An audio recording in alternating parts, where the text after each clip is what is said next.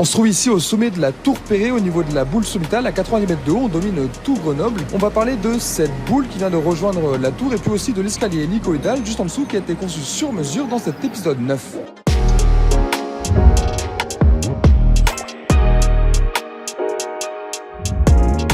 Perchée à 90 mètres au-dessus du sol, sur le plus haut point de la Tour Perret se niche une boule sommitale. Inaccessible au grand public, elle domine la capitale des Alpes et préserve le bâtiment des impacts de foudre depuis plus d'un siècle. Quelques mètres en dessous se trouve le remarquable escalier hélicoïdal centenaire lui aussi qui donne accès au sommet de l'édifice. En 1925, la conception de ces deux pièces essentielles résultait d'une prouesse technique. En 2025, c'est leur restauration qui s'avère être un défi hors du commun.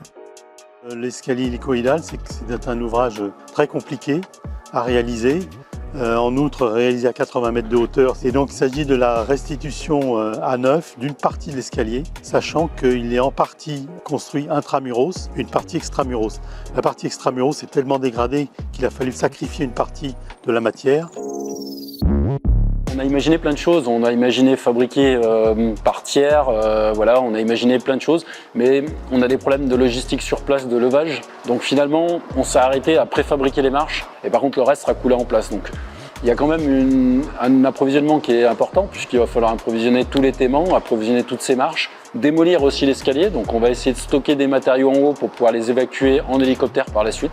Il s'agit de coffrer un escalier en béton à 80 mètres de haut dans un espace très réduit et avec une marge de manœuvre très faible dans la mesure où on devait se raccorder en partie basse sur l'escalier, la partie conservée, sur la partie haute, la terrasse sommitale. Il a fallu mettre en œuvre des coffrages en bois avec un savoir-faire de charpenterie.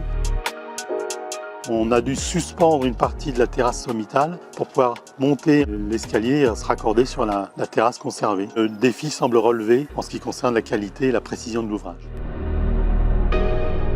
La boule, c'est un élément qui fait 1,5 tonnes à peu près, donc on l'a reproduit à l'identique. Simplement, nous, on l'a fait en 2 éléments différents pour pas qu'elle soit trop lourde. Autrement, on s'enlevait la possibilité de la monter à l'hélicoptère.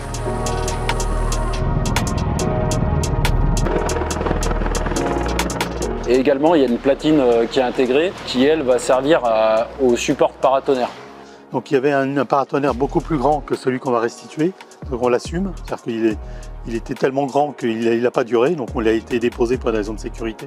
Si dans quelques années on retrouve les moyens de réinstaller un paratonnerre strictement conforme à l'origine, dans le cadre de la boule sommitale qui a été restituée dans les dispositions d'origine, qui elle recevait le grand paratonnerre.